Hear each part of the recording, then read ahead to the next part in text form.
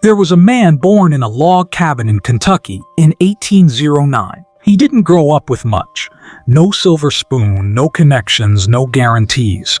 His name was Abraham Lincoln. And if you study his life carefully, you will find one of the most remarkable stories of repeated failure that history has ever recorded. At age 22, he failed in business. He lost everything he had put into it. At age 23, he ran for the state legislature. He lost.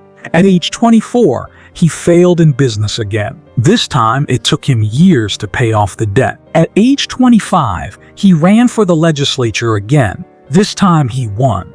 But that was just a small flicker in a long tunnel of darkness. At age 26, his sweetheart died. He was devastated. He went into a deep depression. At age 27, he had a nervous breakdown.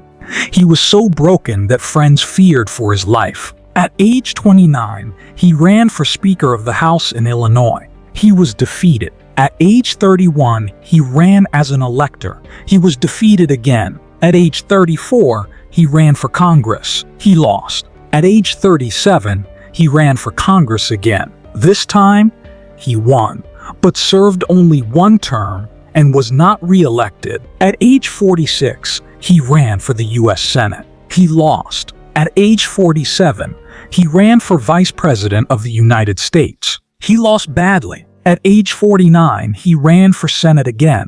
He lost again. Then at age 51, Abraham Lincoln was elected the 16th President of the United States of America. And he went on to become arguably the greatest president this nation has ever seen. Now, I want you to sit with that for a moment. He failed for many years. And then a shift. A complete, total, undeniable shift. What changed? Did Lincoln suddenly become more talented? Did the world suddenly become kinder to him? No. What changed is that the season changed. The timing aligned. The process was complete. I want to sit down with you and teach you something that I believe will change how you see your life, your season, and your God. Because somewhere along the way, many of us were taught that if we're going through hardship, something is wrong. We were taught that pain is a sign of God's absence, that struggle is evidence of a curse. But I want to teach you something different today. I want to teach you that the shift is coming, and that trusting God in the process is not just a suggestion, it's the foundation everything else is built on. So let's get into this. We use the word shift a lot in Christian circles. God is shifting things. A shift is coming. But do we really understand what we mean when we say that? A shift is not just a change. A shift is a fundamental reordering of your circumstances, your relationships, your opportunities, and your position. When God shifts things, He doesn't just tweak one area of your life. He moves the entire landscape. Think about the seasons of the earth. When summer shifts to autumn, it's not just one leaf that changes. The entire environment responds. That's what a God shift looks like. It's not incremental, it's total. But here is what I need you to understand before we go any further. A shift is always preceded by a season of stillness or difficulty. Before the sun rises, there is that quiet, dark moment just before dawn. That moment feels the longest. That moment feels like maybe the light will never come. Many of you are in that moment right now. You are in the dark before dawn moment of your life. And I want you to hear this clearly. The darkness you are sitting in is not your destination, it is your preparation ground. God does not waste seasons. Every single season in your life, even the painful ones, even the embarrassing ones, serves a divine purpose. Lincoln's years of failure were not wasted years. Those years built in him something that no success could have given him: endurance, empathy, perspective, and an unshakable resilience. By the time he got to the White House, he had already survived things that would have destroyed lesser men. His failures had made him unbreakable. And I believe that is exactly what God is doing with some of you. He is not withholding success from you because He doesn't love you. He is building something in you that can only be built through the process. Let's talk about trust now, because this is really what today is about. Trust is one of the most misunderstood concepts in the Christian faith. Many of us think we trust God until something goes wrong. We trust God when the bills are paid. We trust God when the relationship is thriving and the business is growing. But the moment things go sideways, what happens to that trust? It evaporates, it shrinks, it gets replaced by fear, anxiety, and doubt. Now, I'm not here to condemn you for that. Fear is a human response.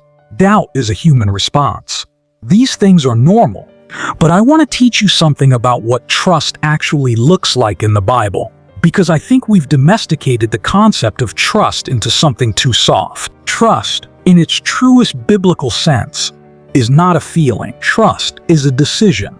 Trust is a daily act of the will. It is saying, I don't see how this is going to work out. I don't have all the answers. I don't understand this season. But I am choosing to believe that God is still on the throne. That's trust.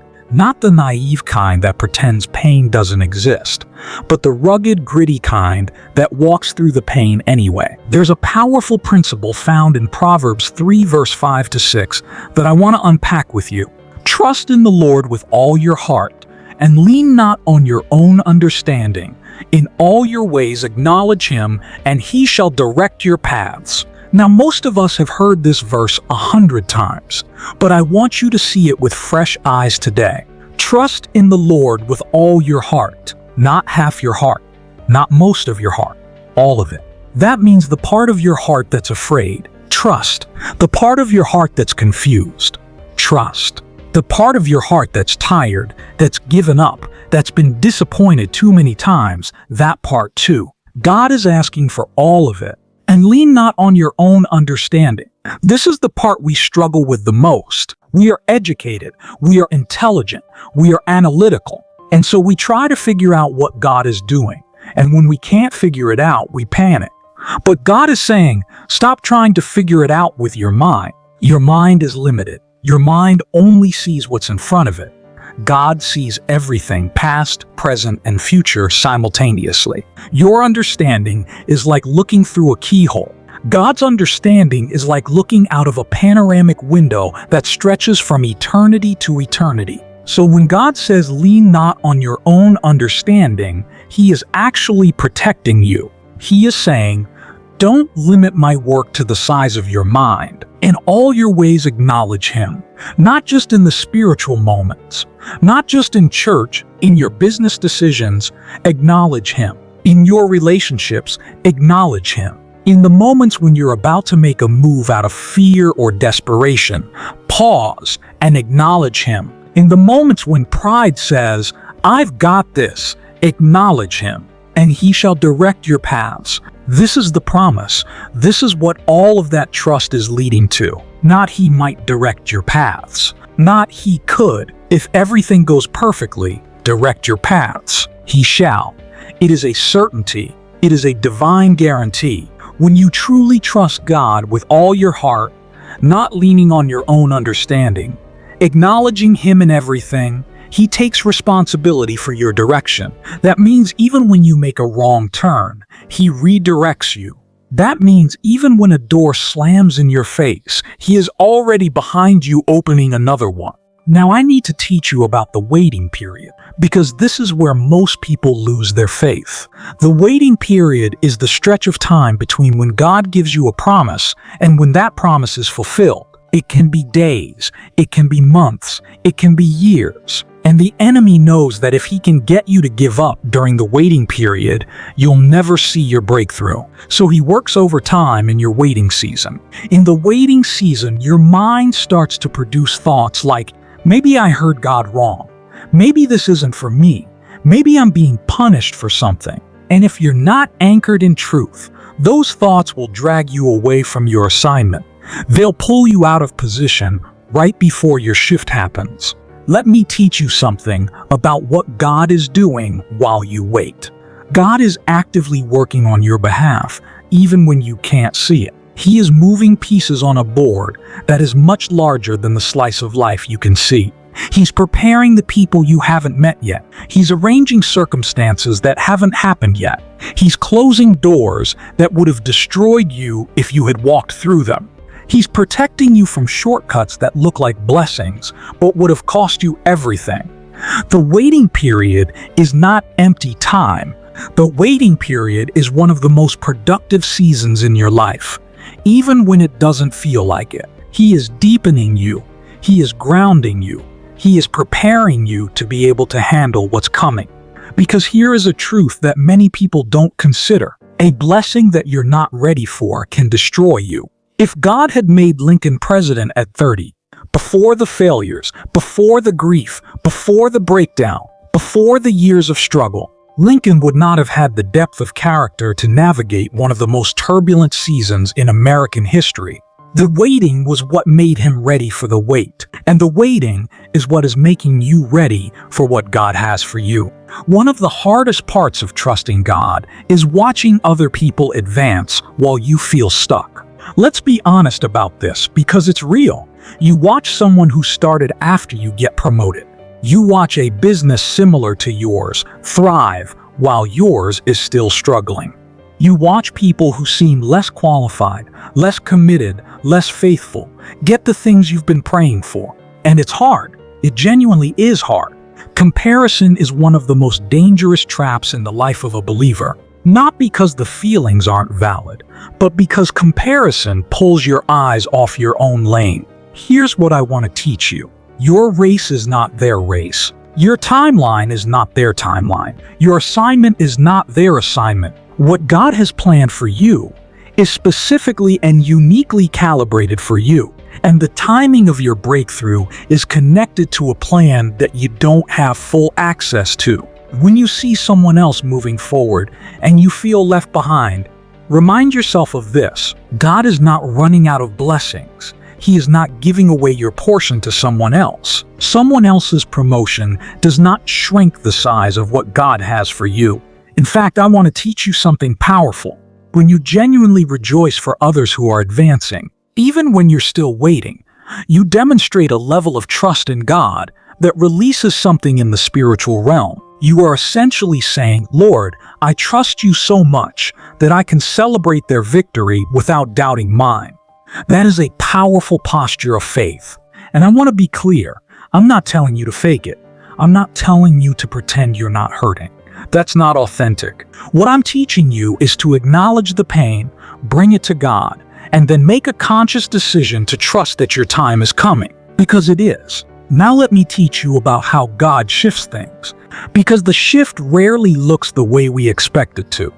We tend to imagine the shift as this dramatic cinematic moment, a phone call out of nowhere, a sudden windfall, a miracle that everyone can see. And sometimes God does work that way. Sometimes the shift is sudden, dramatic, and undeniable. But most of the time, the shift is quiet. It starts with one small thing changing, one connection, one conversation, one door that opens just a crack.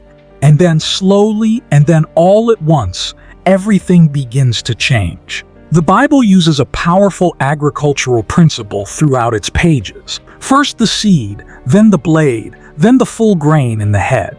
Growth is almost never instantaneous. It follows a pattern, and that pattern has stages. The seed stage is where most people give up. Because in the seed stage, you've planted something, but there is nothing visible yet to confirm that anything is happening. The ground looks the same. The situation looks the same. Nothing on the surface has changed. But underground, in the hidden place, the seed has broken open. Life has begun. Something has been set in motion that cannot be stopped. That is where some of you are right now. You are in the seed stage. You planted something. A prayer, a decision, an act of obedience, and you see nothing yet. But I want you to know that the seed has broken open. The process has begun. Your shift is in motion. Don't dig up the seed because you can't see it growing. Don't abandon your position because the surface looks unchanged. Trust the process. Trust the farmer. Because the farmer knows exactly what he planted, and he knows exactly what it's going to produce. Now, trust is not passive. I want to make sure we're clear about that. Trusting God does not mean sitting in your house with the curtains closed, doing nothing, waiting for a miracle to drop from the sky. That's not trust. That's avoidance wearing a spiritual costume. True trust in God is active. It moves, it prepares, it stays ready. Let me give you some practical things I want to teach you about how to posture yourself for the shift that is coming. The first thing is this: stay consistent. One of the most powerful things you can do while you wait for God to shift things is to remain consistent in your assignment. Show up, do the work, stay faithful to what you've been given, even when it feels pointless, even when nobody is watching, even when the results are not there yet. Consistency in the waiting season is an act of trust. It says, I believe enough in what God has called me to that I will keep showing up even before I see the reward. The second thing is, protect your peace. Your peace is not a luxury, it is a weapon. When you lose your peace, you lose your ability to hear God clearly. You make decisions from a place of panic and fear, instead of from a place of faith and clarity. Guard your peace aggressively. Be intentional about what you allow into your mind, what you watch, what you listen to, what conversations you engage in. Not because you're trying to hide from reality, but because you understand that your inner environment affects your ability to trust God. The third thing is, speak life over your situation. Words are not just sounds that disappear into the air. Words carry weight. Words shape environments. What you consistently say about your situation matters more than you think. If you are constantly speaking defeat, nothing ever works out for me, I'll never get out of this, this is just how my life is, you are agreeing with the enemy and disagreeing with God. Start speaking what God says about your situation. Not what it looks like, not what it feels like. What God says. This is not my end. God is working this out. My shift is coming. I am positioned for something great. Speak it. Say it out loud. Speak it every day until you see it. The fourth thing, and this one is powerful, is serve. When you feel like your life is stuck, go serve someone else. Go pour into someone who is going through something harder. Go give what you have, your time, your skill, your encouragement to someone who needs it. There is something that happens in the spiritual realm when you serve with a generous heart in a difficult season. It unlocks something. It shifts something inside of you and around you. It declares to God, I trust you so much that I'm not hoarding what little I have. I am giving, because I believe you are more than able to replenish and multiply. I want to teach you something that I think will fundamentally shift how you see your current situation. God is not bound by time the way you and I are. You experience life linearly, yesterday, today, tomorrow. God exists outside of time altogether. That means when God looks at your life, He doesn't just see where you are right now. He sees where you started. He sees where you are, and He sees where you're going, all at the same time. He already knows how your story ends. He is already in your future, preparing it. When you are in the middle of a storm, frantic and afraid, God is already standing in the resolution of that storm, saying, come on, I've already handled it. This is not just a comforting thought. This is a theological reality that should completely transform how you relate to your circumstances. When something goes wrong in your life, it does not surprise God. He saw it before it happened. He factored it into the plan, and He already has the answer prepared. The question is not whether God has a solution. The question is whether you will trust Him enough to walk through the process to reach it. I want you to think about something. If you were watching a movie that you had already seen before, and there was a scene where the main character was in grave danger, about to lose everything, you would not panic. You would not weep for them, because you already know how it ends. You already know that the hero survives, that the situation resolves, that the ending is good. God watches your life the way you watch a movie you've already seen. He knows the ending. He knows you make it. So when He says, trust me in the middle of your storm, He's saying it from a place of complete knowledge. He's saying it because He has already seen your victory. Beloved, I want to say something to you that I need you to really receive. The shift has already begun, not will begin, not soon, has already begun. The very fact that you are here today engaging with this message, seeking understanding, that is part of the shift. God doesn't bring you to a teaching like this in a random moment. He brings you here when something is about to move. He gives you the word just before the window opens. Think about this carefully. Before a woman delivers a baby, the contractions intensify. The pain gets worse right before the breakthrough. The pressure increases right before the release. If you are going through an intensification of your trials right now, do not interpret that as a sign that God has abandoned you. It may very well be the sign that you are close, that the delivery is near. The pressure you are feeling is not punishment, it is preparation. It is the final stages before the breakthrough. I want to encourage you today, with everything I have, whatever season you are in, whatever you are walking through right now, God has not forgotten you. He has not misplaced your file. He has not overlooked your situation. He sees you, specifically, individually, completely, and He is working on your behalf in ways you cannot see and cannot fully comprehend.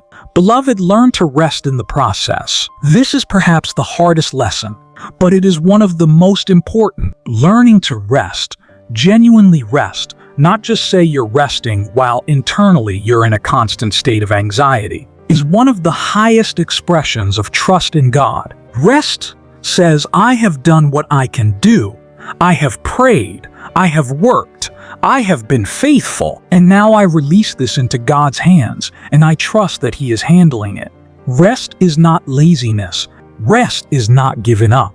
Rest is the confidence that comes from knowing that the one who holds your life in His hands is infinitely more capable of managing it than you are. There is a verse in Psalm 46 verse 10 that says, "Be still and know that I am God." The word "be still" in the original Hebrew means to let go, to release, to stop striving. God is not asking you to be still because He wants you to suffer in silence.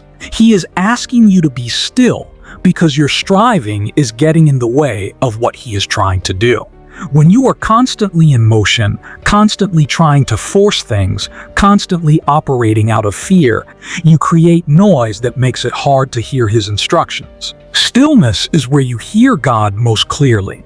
Stillness is where He gives you the next step, the next strategy, the next direction. And from that place of stillness, you can move with precision, not panic. You can move with purpose, not desperation. I want to close today by speaking directly to you, not to a crowd, not to a category, to you specifically. Whatever you have been believing for, whatever promise you have been holding on to, whatever dream has felt delayed, dormant, or dead, I want you to hear this today. It is not over. God does not abandon the work of His hands. He does not start something and walk away from it. What He began in you, He is committed to completing, and the completion is closer than it has ever been. The shift you've been praying for, it is in motion. The alignment you've been waiting for, it is coming together. The relationships, the resources, the doors, the opportunities, God is positioning them for the right moment to converge in your life. Your job right now is to trust Him, not to figure it all out, not to force it, not to panic, to trust, to stay consistent, to protect your peace, to speak life, to stay faithful in the small things, and to believe deeply, genuinely believe that God is shifting things in your favor. Because He is. He absolutely is. Lincoln didn't give up after the 9th failure, or the 10th, or the 11th. He kept going, and his shift came. Your shift is coming too. Trust the God who holds every season in His hands, who numbers every hair on your head, who knows the end from the beginning. He is not finished with you. He is just getting started. The best chapter of your story has not been written yet. And when God picks up the pen to write it, it will be more beautiful than anything you could have written for yourself. Stay in the faith. Stay in the process. Stay in trust. Because what is coming for you is worth every tear, every delay, every closed door, every season of waiting. God is shifting things in your favor. Receive that. Believe that. Walk in that. And watch what your faithful, all-knowing, all-powerful, deeply loving God does next in your life.